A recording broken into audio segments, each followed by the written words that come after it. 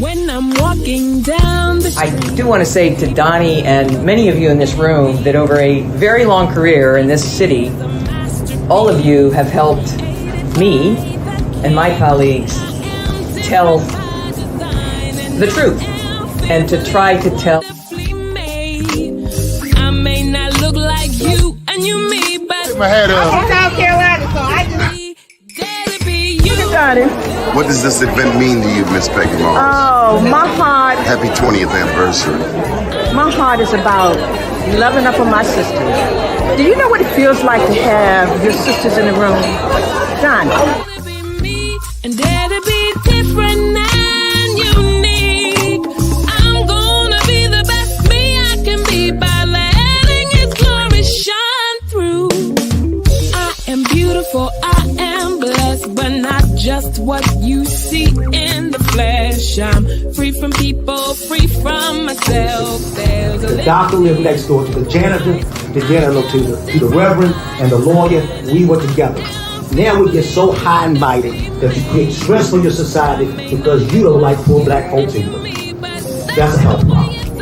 Get yourself together so I can stop being taking care of geriatric people and get back to pediatrics. I thank you, Doni, for all you've done. Let's keep doing it for all the more. letting His glory shine through. Dare to be you, dare to be me, dare to be different and unique. I'm gonna be the best me I can be by letting His glory shine through. And I dare you, I dare you, I dare you to be you.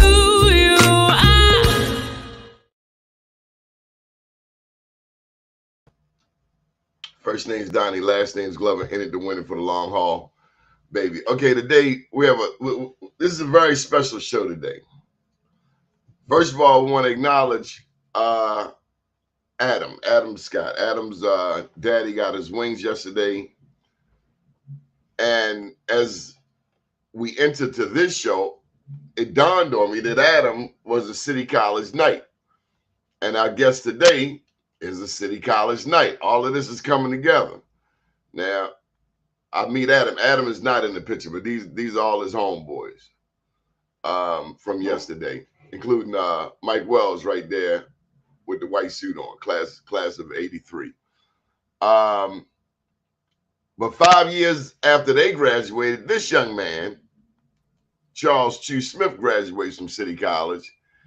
And it dawns on me, I got some city, it's totally against the religion of anyone who went to Poly. Come on, Pharaoh, to have a bestie from City College. I mean, that's just antithetical. That's like two people on different sides of the Civil War being brothers. But that's how it is. And honestly, after we move the fun and joking to the side, my school is better than your school, then the reality hits. And I know you can appreciate this, Choo. What better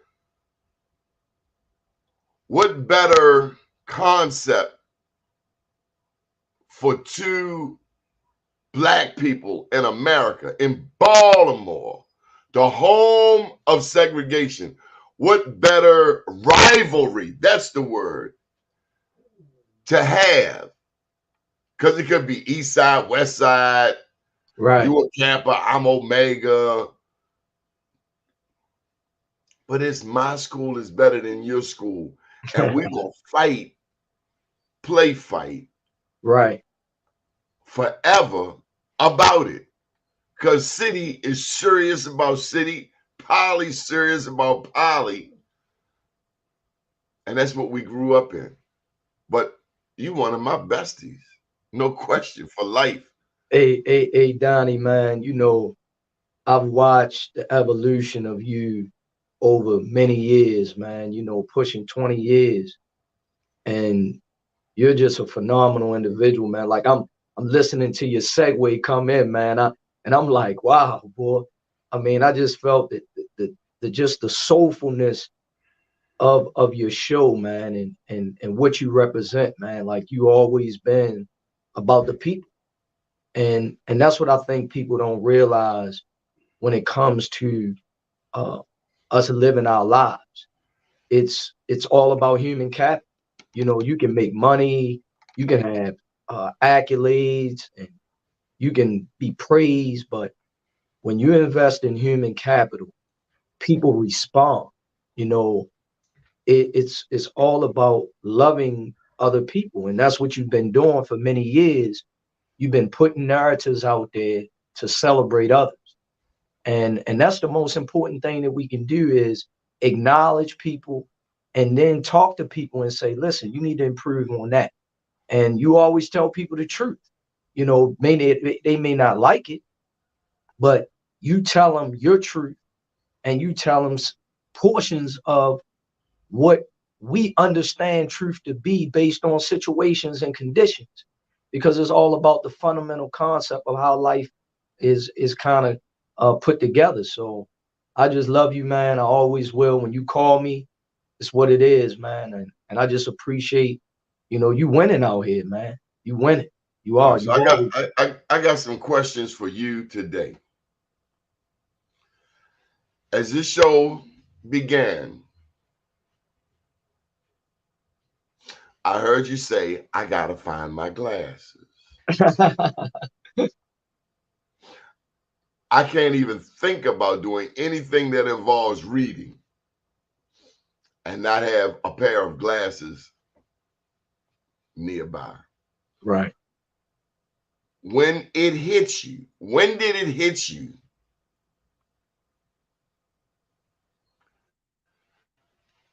that you are getting older? Wow. You know, the most amazing thing, man, is when I start reminiscing, because that's when I knew I was getting old. You know, because when I was living my life in an early age, you know, we're in our element, and we feel like we're going to stay in our element. And my dad always said, never read your press clip, never pat yourself on the back. Just keep, every day you got to make a better day. And that's what's been happening, you know, every day. And then when I started getting around the fellas and reminiscing on some things I've done in the past, and then I realized I didn't know I did all this stuff, and some good, some bad. And I was like, wow, I'm an old head now, you know, and that's what happens. And then I start seeing the gray, and then the hair start leaving.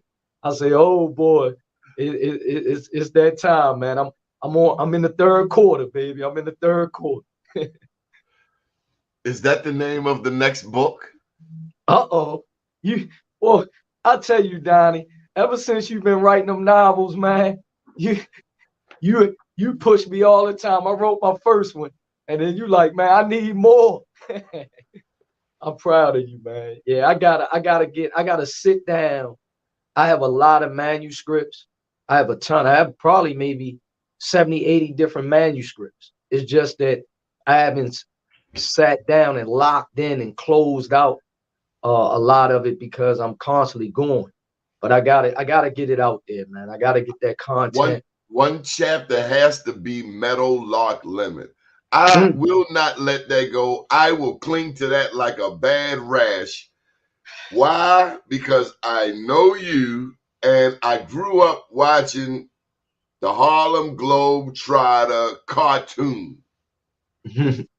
The hell with the real Globetrotters. I'm talking about the cartoon. That's how old I am. I'm Harlem Globetrotter cartoon old. Yeah, you calling it good, boy. You talking about early 70s, baby. Early 70s. Curly Neal. Yes, man. They were two. I got a chance to be blessed to be around them in the later years of their life. And they were very, Curly was so instrumental in just talking to me about what you need to be as a globetrotter. It has to be natural. And you have to understand you're a person that puts smiles on people's faces, and you change the outlook and the trajectory of how people see life through your basketball, your entertainment, and your engagement. And Meadowlark talked about how, in his later years, when we were in a hotel for about 4 hours 2 weeks before he passed. And he just talked about how he gave so much and felt like people gave him so little back. And that amazed me. And he had a little he was he was very disappointed. He had a And chip on his shoulder about it. Yeah, because he, you know, he was the most, at the time, he was the most recognizable figure next to Muhammad Ali. And people don't realize, I mean, it was him and Muhammad Ali for like a 6-7 year span. And it hurt him because he didn't feel like he got those flowers like he wanted to. And when we talked, I said, listen, please, man, allow me to resurrect that, and let's forgive people, and let's honor your life, and let's, you know, build on your legacy and your greatness, because you represented family, you represented peace, you represented love, and we got to get that back. And because you represented that, let's not get older and be mad. And he trusted me with that, Donnie, and I hold on to that daily, because that's what his legacy is, and he was the foundation of me. So that's what the work is, to carry that out with love, being empathy and grace, and just probably trying to encourage people to do better with each other. And that's what he represented, and that's what I learned most by him. Now, he was born April 25th, 1932 in Wilmington, North Carolina. Yeah. And he went home 2 days after Christmas, the same year, Freddie Gray, 2015, in Scottsdale, Arizona. Weren't you in Scottsdale? Yeah. You went to see him, right? Yeah, we did an event, and it was just awesome, man. Me and Hollywood Brown, and he just was so peaceful, man, and it seemed like he was going to live until he was 100 years old, because he had all his faculties. He was sharp. He was seasoned. He still could handle the ball. I mean, he was phenomenal, man. He just has Y'all this. had a basketball? Yes. We did. I guess that's a dumb question. Yeah, we did some tricks, and then we put him. Me and Hollywood was doing the tricks, and then we put him in there, and he did his thing, and you know, it was touching, man. You know, I got a chance to do that with him and Kurt. Video? Yep, I gotta pull that up. I gotta pull that Yes, video. you do. Yes, so, I gotta send that to you. So look, you talk about these names that the rest of us have only seen on TV. And if anybody is watching, is confused, I am a witness. The day you had me hanging out with you at the new African American Museum in DC, I watched those cats revere you, my homeboy. Choo. All I'm like, they calling you as if you running the ball up the court as a point guard, and you were. It was just a different kind of a ball. You were running the organization up the court. You know, Donnie, I tell you, man, you know, my life has been a real roller coaster, and it has its peaks and valleys. And I told my dad the other day, I said, Dad, you know, thank you, man, for raising me and providing me with some clairvoyance. Good morning. And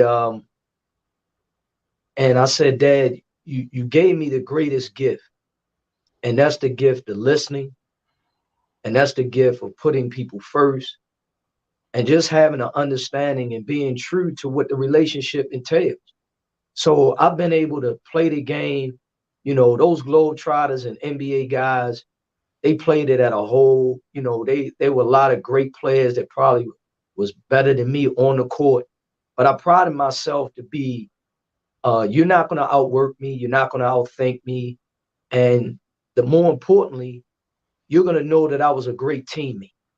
And I'm willing to carry the water. I'm willing to do whatever it takes for us to evolve and win. If I got to take the charge, if I got to guard the guy 30 minutes and not take a shot, whatever that is, that's what I pride myself on. So those guys knew that and understand that. And even today, Donnie, you know, I'm the chairman of the NBA retired players. And I talk to Dave Bing almost every day. I talk to Oscar. I talk to Dave Cowens, Isaiah Thomas, Sean Marion is my vice chair, and me and him like this. Sam Perkins was my treasurer. We like this, and it's just a love that people know when you're being true and you want them to win. They ultimately give you that same kind of love, man. And I just thank God that my parents put me in a position to be selfless. And that's what happens. You know, you don't have to be at the forefront, push everybody else up. And then they'll ultimately push you up. And that's what I try to tell these kids. All right, I got a haymaker question for you. This is a straight Baker and Fulton question. Somebody gonna leave, and I don't mean you, but somebody out there might leave with a busted lip. But I gotta ask you this question. How are we doing in Baltimore? Wow. I'm gonna say that I say that, look, Choo, I see these cats, we get excited to me. We get excited about the wrong stuff. We get excited about, okay, I'm just going to say it. They can hate because I can fight. Plus, I got a spear with me from Africa. And it's nice, it's nice and rusty because you know about a rusty knife. Okay, so we love a wine festival. We love a Preakness. Don't know jack crap about Isaac Murphy, the first Preakness winners, the blacks that work out Pimlico grooming the horses. All we know is about a black-eyed Susan and a seersucker suit and in some dirty infield while the millionaires over there with the multi-million-dollar horse. They give us an Afram out at Druid Hill Park with the monkeys.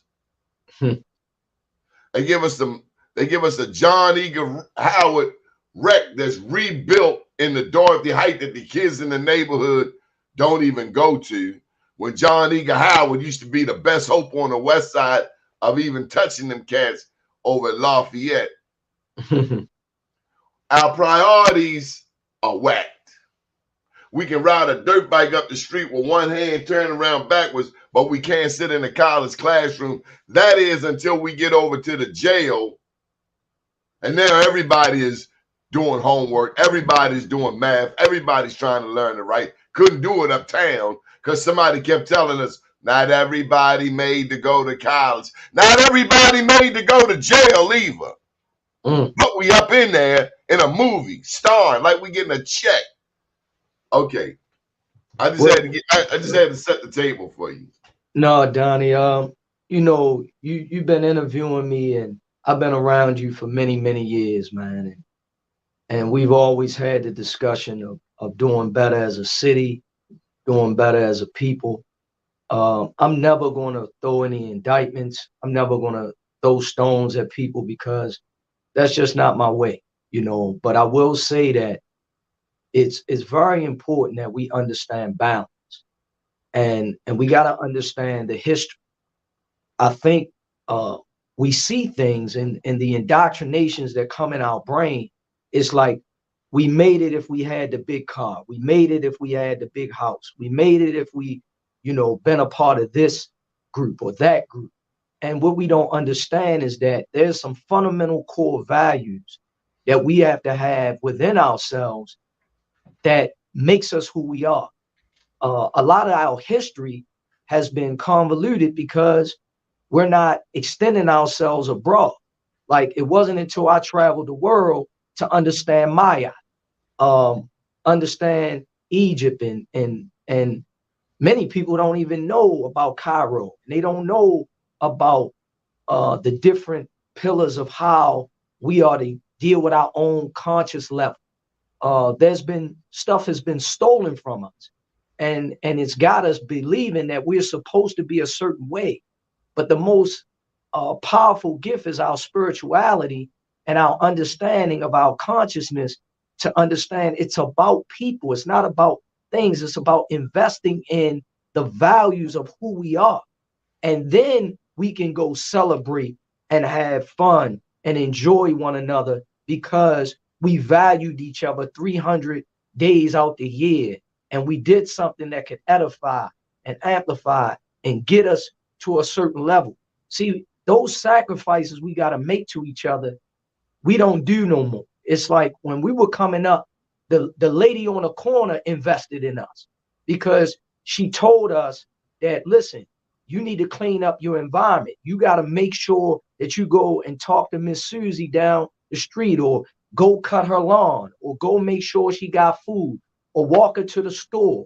Or, you know, it was a loving on each other. And then, oh, I got a opportunity for you over here, and I'm gonna make this call for you, and I'm gonna make sure, and I'm gonna see you all the way through to make sure you enhance in what your dreams and goals are. See, we were fighting for something because we had nothing.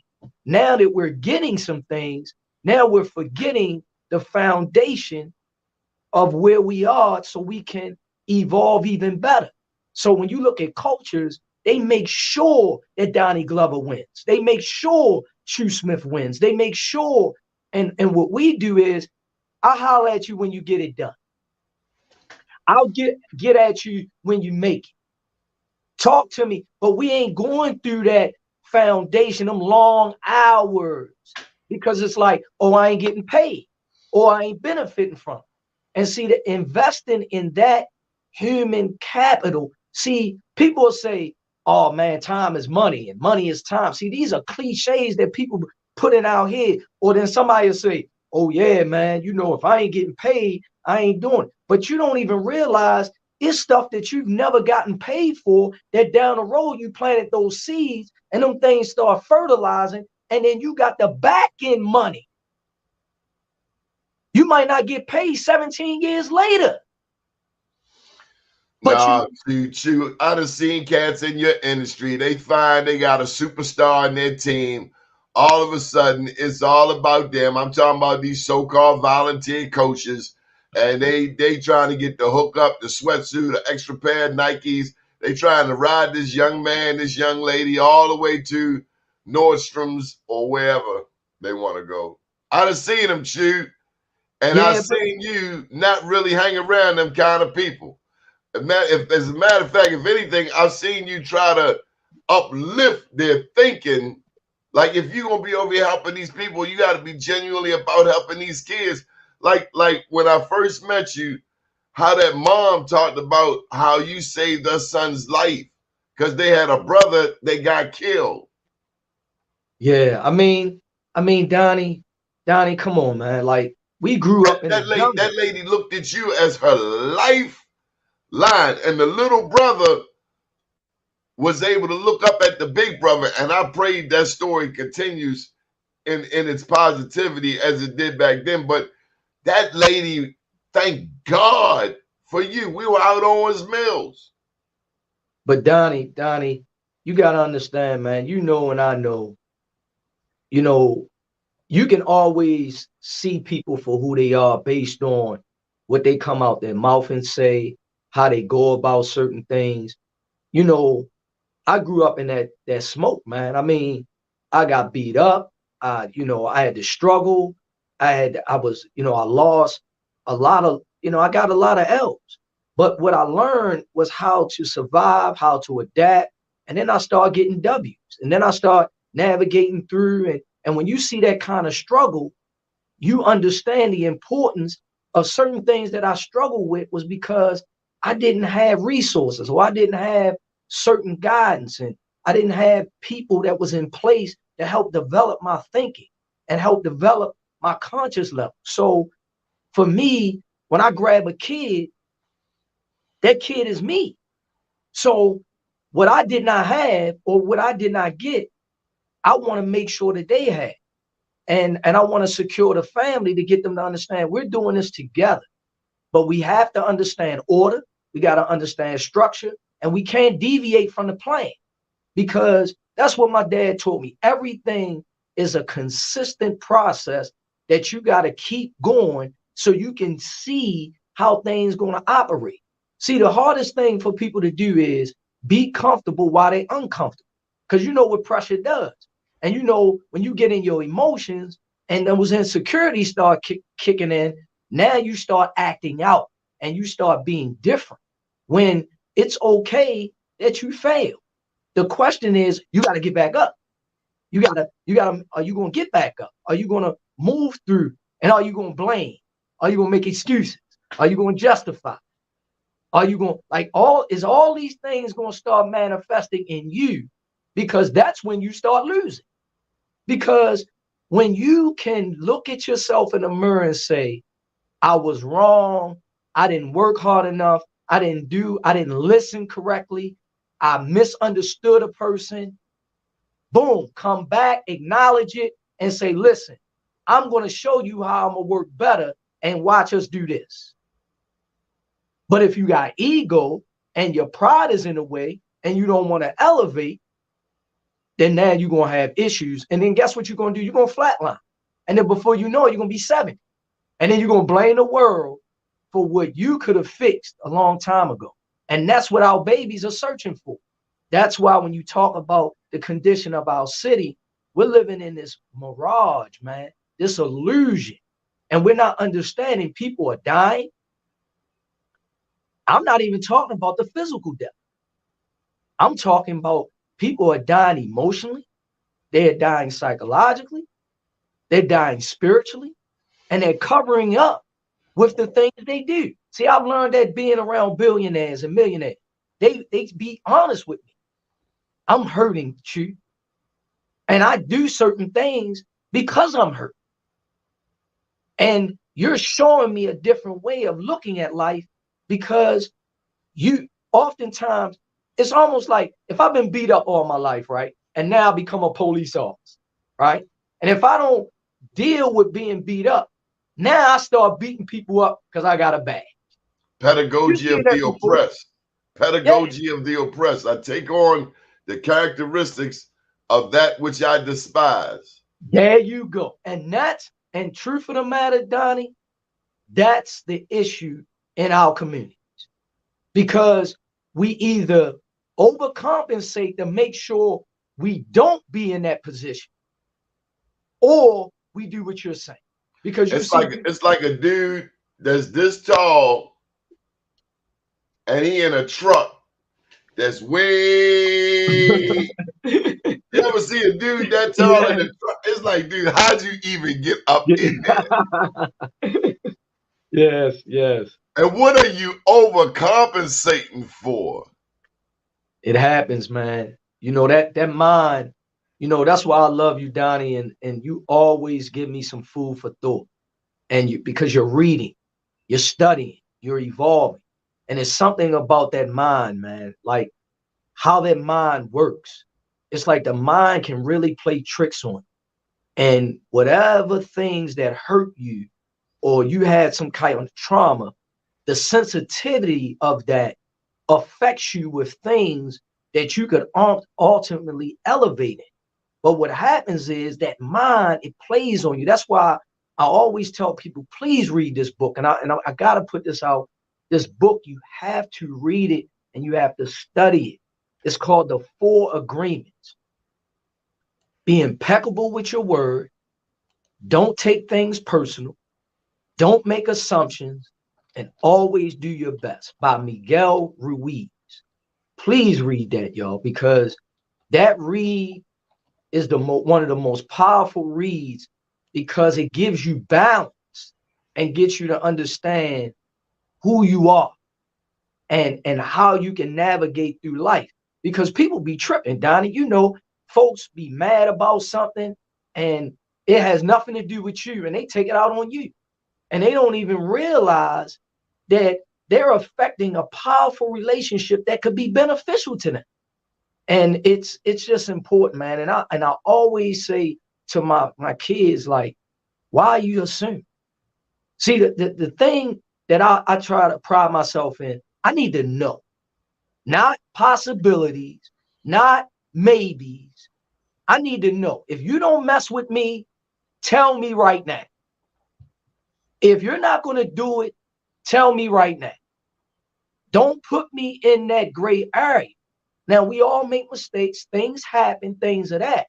But don't have me all on this roller coaster race, because I'm adjusting my way of dealing with you based on how you teach me to deal with you. Because that's the ultimate thing. I'm going to teach you how to deal with it. And, you know, respect is earned. It ain't given. And these are things that I think is very important. And that's what is about your show that's so powerful, because it's informative, and it's about the culture, and it's about the knowledge. It's about the spirit in which we do things. And the last thing, Donnie, is being held accountable, man. We do not want to be held accountable as individuals. Soon as I challenge your accountability, you badmouth me, you talk bad about me, and then you go, instead of like, take the time to hear what that person said. And is it part truth? Because even if it's a portion of truth in it, it means something. It means something. And we just don't want to deal with it. And that's what I love, you know, about you and my father and many people. My father gonna tell you what it is. It ain't, man, ain't none of that around. Listen, man, you soft right now, or you in your feelings, or you need to get yourself together. You need to go get that done, or you need to make sure. Ain't no in between. And these are the reasons why. And that's the beauty in love. That's the beauty in accountability. You hold me accountable, Don. You know that you do. And I admire that. And don't stop doing that, because we gotta stay sharp on our grind, because we gotta leave it back where it's in good hands for the next generation. Choo, we are midway through, and I thank you for taking time out today to come and catch up, to share some things. Today is May 29th. My mother's birthday, by the way. Happy birthday. Yeah. Happy birthday, moms. Yeah. And we know that you and Dad, you've been taking care of her. So, Choo, May is Mental Health Awareness Month. Yep. And so when we look around Baltimore, it all boils down to the mental health. Yep. The perks, the dope, the crystal meth, the cocaine, the liquor stores, the Newports. We grew up in a city where they would kill you for a coach's jacket or lambskin. Yep. That was back in the 80s. You 5 years young. You know about them lammies. I remember I came back to Baltimore. I bought me this leather in Atlanta from Tannery West. And nobody in Baltimore had anything like it. It was like $500 leather. Real thin, but warm. I remember coming from Mondam and having that joint on. The cats ran right past me to take a cat's lambskin, which was about half as much. Very visible, and everybody wanted the lambskin. Yes. That's I'm sorry. No, I was just saying I had a hipster lambskin. Go ahead, continue. So, any advice for the parents listening, because you got a bunch of fans here, for the parents, for the students, for the teachers and the educators, for the city leaders. We got a black mayor, black governor, might get a black senator, all of these. What's up with our mental health? Yeah, I want to say this before I said, Donnie, thank you, man, for acknowledging my mom. My dad just had another stroke. Pray for him. He's doing well though. He's doing good. But one of the things that I'm really big on that mental part. And as you can see, our city, A lot of things have happened within our city. We got a lot of people trying to figure out, what part do they play to elevate our city. I believe that especially politicians, when they come in, I believe that their heart is in the right place all the time. I do believe that. I think what happens a lot of times is you come in with a plan, with an agenda, and then you have to adjust yourself to others that have their own plan and their own agenda. And what happens is you have to compromise, or you have to get together and collaborate and figure out what's the best thing for the people of our city. And I think that's challenging when the core essence of what this city has been built on, as it relates to color, as it relates to economics, as it relates to the school system, as it relates to resources, businesses, you name it. What are we coming together on? And what is the mental psyche of how we are to see the growth in each other? Like, we have to develop certain areas of things that I think has been challenging to develop. Like, we got to meet people spot on. I think a lot of times the world is moving faster than what we're moving, because people are evolving. Like, when I go to different cities, different states, different countries, people are moving at this rate, and they're trusting, they're moving, they're growing, everything is happening for them. Where what happens with us, we're looking at each other a little different, and I remember her, I remember him, I remember what they did 4 years ago, I remember what this person did 7 years ago. They're gonna do the same thing, or it's the old boy network, or it's all this kind of negative constant battle, when we got to spiritually come together and understand, like, what is the foundation, and what are the fundamental things that we need to address. And I just believe the most important thing that I've seen in my travels, and that's why I'm in it, is our youth. I believe that when you pour into the youth, it helps you understand the accountability because of the pure souls that you're pouring into. We indoctrinate their brains. So when we start affecting our children, mental health, mind, then what happens is we have to be stewards over what we've created. And then we got our own stuff that we're trying to overcome because of our past traumas. And we're collectively bringing all of that in, and then we're acting as if everything is okay when we come together with certain occasions, certain events. And I think we got to look at that. We got to dig deep. And I think in prayer, I'm praying for everybody. Like, part of this development we've been working on, when this starts to come through and it elevates, and we get the kids in there, we get the community, there's going to be a spirit in which we're doing these things. It's going to be a culture. And prayerfully, people can see this is how we should be doing everything that we do.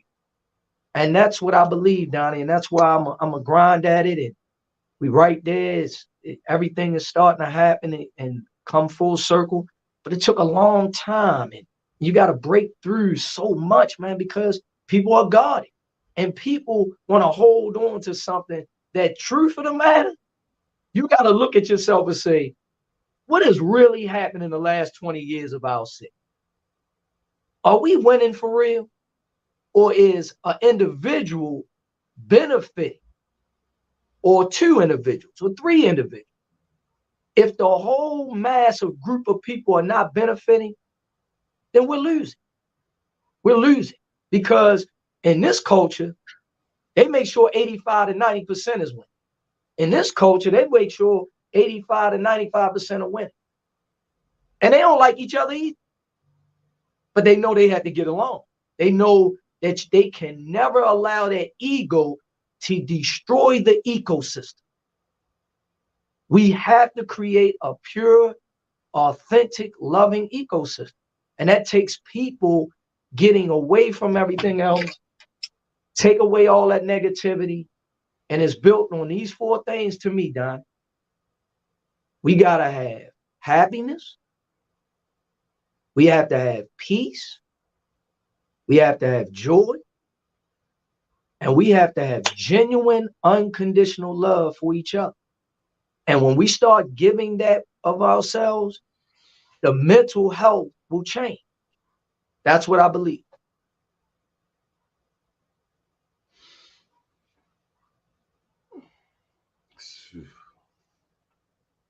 I don't know. It sounds really mayoral, man. No, man, I ain't, I'm never going that route. Never that. I'm gonna stay where I'm at, and and I ain't trying to say anything.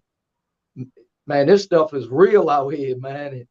And I'm not, I just want to get this stuff as best as can. And really, man, I'll tell you this, Donnie, and I haven't shared this to anybody, and I'll share it to you.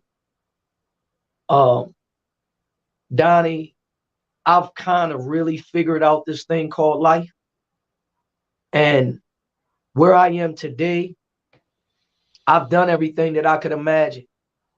I've been everywhere I could ever be, and I've seen almost everything that I could ever see. Right now, I just want to create that I keep speaking about this ecosystem. I want to create a spiritual environment. It's not about religion. It's not about, I'm just talking about a pure, genuine spirit of good, organic, genuine people that is helping others. And I'm going about my business now. In the next, I'm going to grind out probably another 3 to 5 years. And then I'm passing it on, man. And I just want to enjoy my kids, enjoy their life, help them with their situations.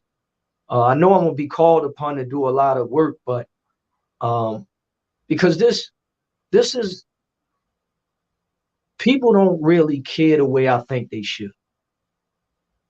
We're very moody. We act in so many different pretentious ways. I look people in their eyes when I meet them, and I look at people in their eyes when I talk, and I even feel, and it makes me cringe, because when I meet somebody or I talk, I really love them, man. I've been in some squabbles, I've had some differences, but I don't hate, or I'm not mad at anybody. But I just feel that fake energy at times. I feel that pretentious way that we give off, and we claim, like people will say, man, I'm gonna get with you, Choo, or man, call me, or I want to help, or just say hello. Why say that? It's just stuff like that. Like, you don't have to say that to me, and people do that. I mean, all the time. And then they say, I love what you're doing, and you're a good man. But it's like, why? If that's the case, why are we not together? Because I invite, I'm open. I want to work, but I think sometimes people know that you can see them, and they don't want to deal with that part. And for me, I invite that, because you got to deal with the work, and then we attach ourselves to stuff that, we like drama, we like propaganda, we like storytelling. And for me, Donnie, I really, man, this stuff make you worry, man. It really does. And sometimes you work so hard, and I be wanting people to win, Donnie, like, and I'm saying to them, like, why are you taking this personal when I'm giving you something? Because I want you to win. Like, somebody give me something, and I know they mean well, I'm not gonna fight that. Man, you talk, and Lil you give Wayne me got, stuff. Go ahead. Lil Wayne got a song, and I will not tell you I'm the biggest Lil Wayne fan, but he has a song, and it's one of my favorite videos. The song is "How to Love." Mm. Mm. If you watch the video, it's this young lady, about to get a pregnancy test, and she finds out that she has HIV. It's one of the most profound pieces of work that Lil Wayne has ever done. And I listen to the song from time to time as a reminder just of what you said. We're out here and we're feeding that ego with these things. We got to be at the Preakness. We got to be at this event. We got to be at that event. We got to be at this black tie thing, at this gala, at this. Got to be all of these places. We're everywhere but where we need to be. Like when I see you with CJ and your daughter, and when I see after pouring into all of these other people's kids, you got to make sure you pour into CJ so that no matter what he thinks he sees, he know daddy love him. Most definitely, man. It's number one.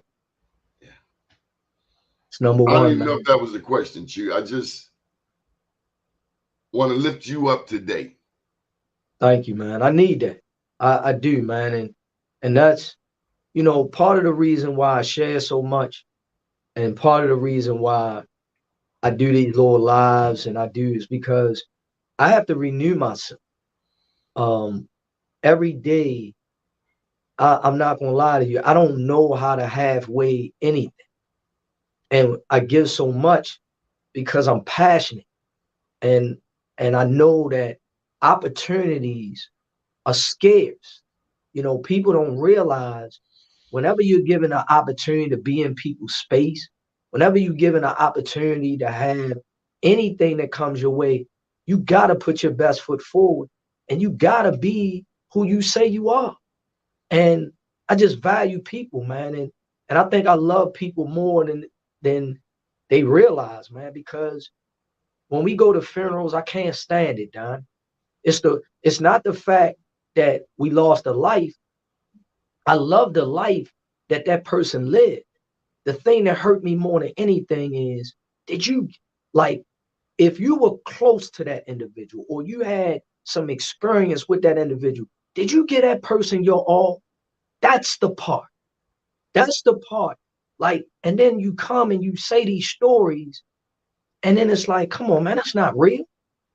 And then don't insult or disrespect that life. And then I start looking at my life because I know one day God gonna take me home. And I say, wow, when my time is called, is it gonna be? Are people gonna really stand up and value my contribution to this earth? Not that I need a pat on the back, or you know, what is gonna be that legacy? And you know what I said to myself? I said the most important thing, because I had to get away from it because my dad gave me something. And because he was like, listen, man, cremate me. I don't, you know, son, I don't, you know. And I was like, and he said, the reason why is you did what you were supposed to do. He said, my number one credit of all in life is I raised a young man like you. Man, tears streaming down my eyes. He said, that's my greatest, man, I don't care nothing about none of that other stuff. And it made me think of my 3 kids and you mentioned my son. The greatest gratitude and the honor for me is how my kids see me. And if nobody else see me that way, if they see me in that way, because if they don't see me, I'm dead. I'm dead, Dad. I'm dead. What's your daughter's name? Ayana and Layla. Ayana graduates this year. She's 17. My son is 15, CJ, and my daughter is 12. My youngest is Layla. She the boss. So we gonna lift your daughters up right now. This is Mental Health Awareness Month. Whether you know it or not, fatherhood is probably my favorite conversation. And it's not always verbalized, but when I see you kneel down and look CJ right in the eyes, and that's when he was that big, and I see him look back at you, but also your daughters. If we're hanging with the governor to be and his wife, and your daughter meets the first lady, I gotta put this to you in Mental Health Awareness Month. I've met women, and they tell me about having a rotten father, or no father, or an abusive father, or a rapist father, or a sexual molesting father. Tell me about talking to our daughters to lift them up properly. Well, you know, Donnie, like I know, I'm so big an advocate of our women because they're the queens of our earth. And when you think about, they give life. And I'm always telling them that they're the most powerful creatures on this earth.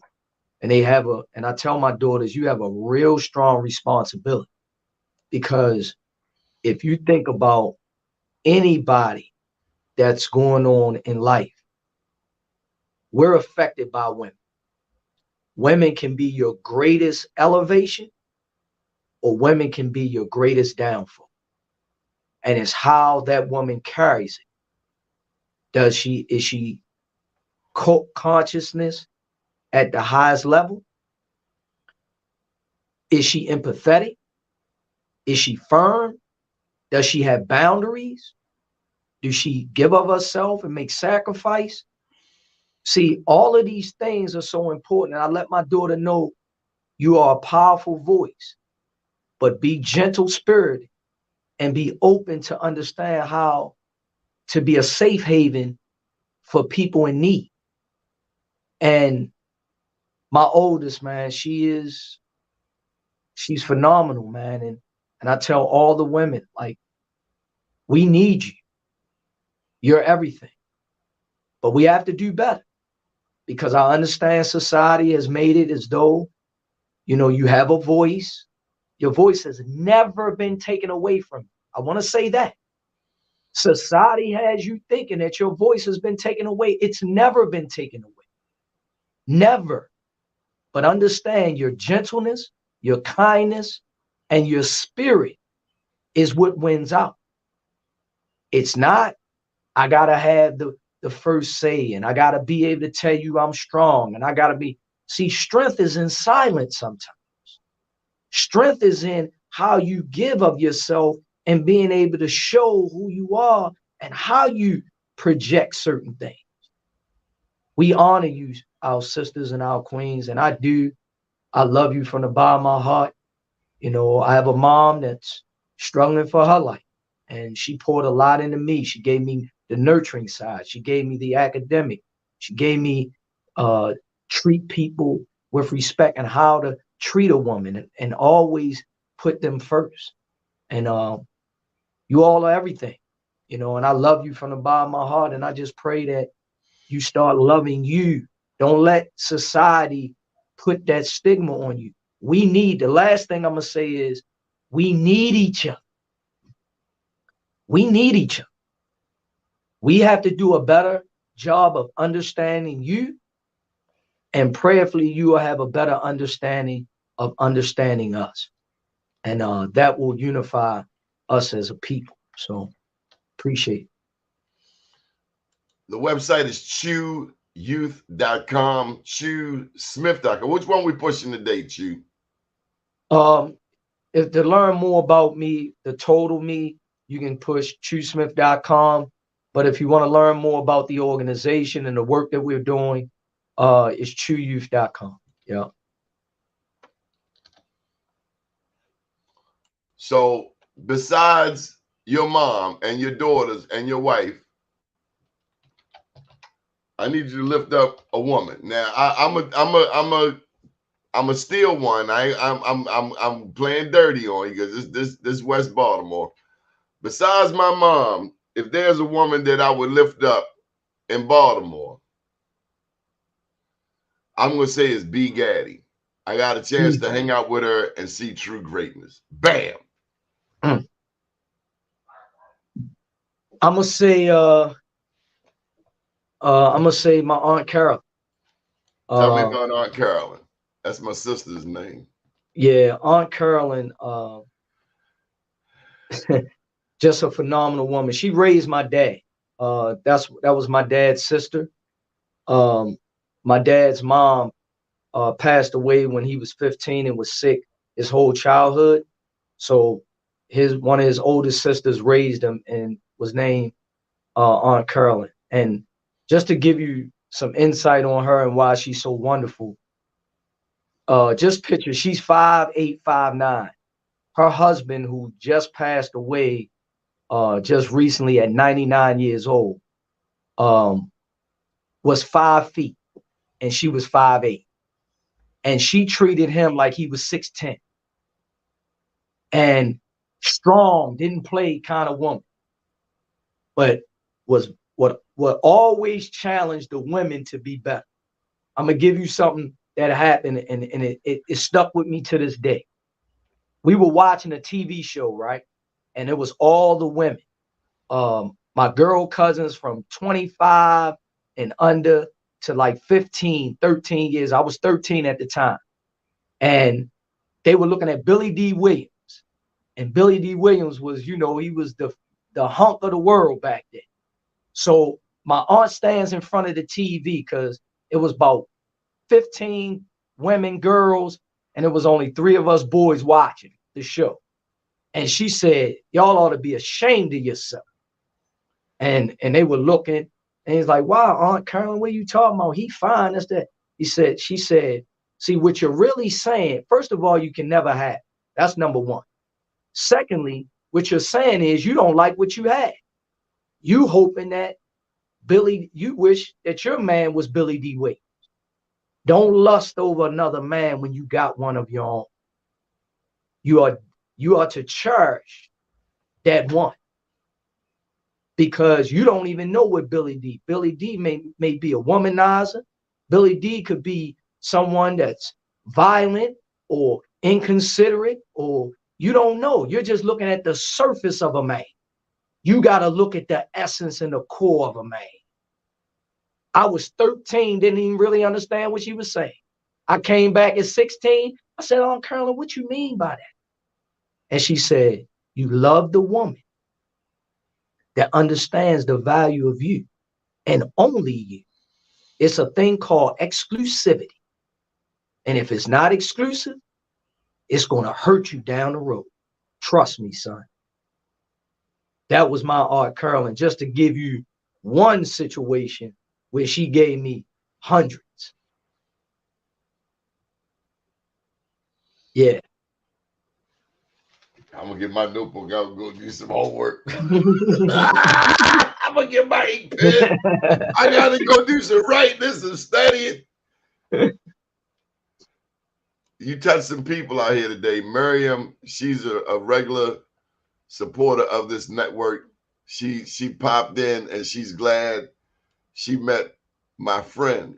And you are a person that understands the definition of friend. Dale Wallace, Polly, and Morehouse. This is City College night right here, but he one of my aces on this planet, and he's never let me down. Choo, I gotta tell you this. We only got a minute. One thing, probably what I enjoy when I see you, do you know how much I enjoy seeing you MC? That is my absolute favorite, because you get lost in it. You get lost in it. Look at him coming down, dribbling left. Oh, the crossover. Watch the crossover. Oh, and a score. Hey, Donnie, if you don't love on a man, don't they feel like, and then don't it give them energy? It make them way better than what they are, don't it, man? It makes me better than what I am. I get the encouragement. I wish I had a coach. And it dawned on me, sometimes we need a coach to show us, okay, we think we know basketball. Now, you're a pro. I'm talking about for us who have never been there. I remember watching Bob Wade go through the basics with the 83, the championship, the basics. like the foul line, like getting your feet set, how to bend your knees during the free throw, just the basics. And honestly, Choo, you have taken that and helped us all apply it to life. Man, I love you, man. Donnie, you know, that compliment, I just want to say to Miss Summers and everybody that came on, just thank you for sharing. Again, I appreciate each and every one of you. And again, I just try to do my best to give some insight. And when you have somebody like Donnie that you're following and that you're supporting, please keep him winning. We need him. He's a pillar. He's greatness. And we got to keep him going, keep him elevated, and keep him being able to put Baltimore in the light that we want it to be. We gonna win, y'all. And thank you, Donnie. And I love you from the bottom of my heart, man. Thank you for having me. Keep praying for me. I pray for you all the time. You the best, my brother. You the best. I'm gonna give you something that I've never done before. I'll say it right here.